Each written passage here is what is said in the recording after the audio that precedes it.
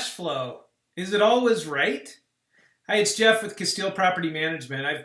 I've had on my mind lately some of the things I've heard from people. Too often, people want to talk to me about cash flow on their rental property, and they're feeling kind of down or bugged that their rental property might be costing them $100 or $200 a month, and trying to decide whether it's even worth keeping it, or they're considering buying one and it might cost them that much a month, and they think, I don't know if it's a good rental property if it doesn't cash flow. That's not always true. Consider this scenario. Okay, here in Utah, the real estate market's pretty high. Real estate's expensive, so when you go buy a place, your mortgage payment with an average down payment, your mortgage payment might be a little higher than what you could rent the home out for. That's just usually how it works out. So if you try and charge more to make sure your payment's covered and you're getting that cash flow, it's just going to sit empty. You're not going to be able to find a tenant. It's going to cost you more money. So since that's not really an option, you can always put a bigger down payment down to reduce your mortgage payment, and then you get that coveted, all important cash flow each month. Was that really what you wanted to do? Just to save you maybe $100 a month, you put down a huge amount of money for a bigger down payment.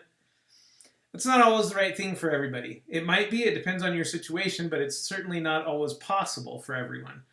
So does that mean it's just a bad investment property? Does that mean, because that's the way Utah generally is, you should never buy investment properties in Utah? Certainly not. Certainly not. Utah is an awesome place to buy investment properties. So how do we reconcile that? Well, if cash flow is all you're worried about, you're really missing the big picture. Okay, average scenario. Let's say the house costs $350,000. Okay, and let's say it's costing you maybe $100, $200 a month. First of all, keep in mind rent increases.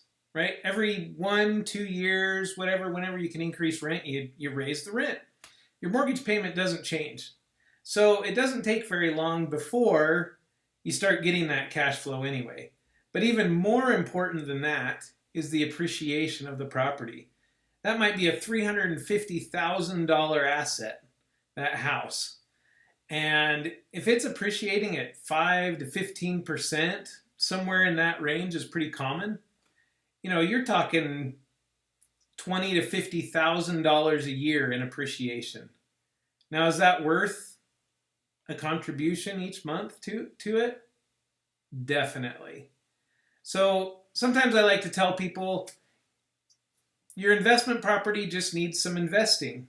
That's just the nature of it sometimes. Think of it like if you have a retirement account. Okay, what if you never make a payment to your retirement account? Does it ever grow? Does it ever become anything? Is it even considered an investment if you never invest in it? Nope. It's just an account with a zero balance. It's the same thing. If you're not willing to make that initial investment, whether it's down payment or whether it's a negative cash flow for the first few years, then you just don't have an investment. It's nothing. It's on the books as a zero balance. So don't lose the big picture. Cash flow is great, it's wonderful, but it's not everything. But if you hold on to it during those first few years when it's feeling kind of tight, imagine 10 years down the road. Now your house is worth $200,000 more in value. Now you're getting some cash flow each month and it's only going up every year.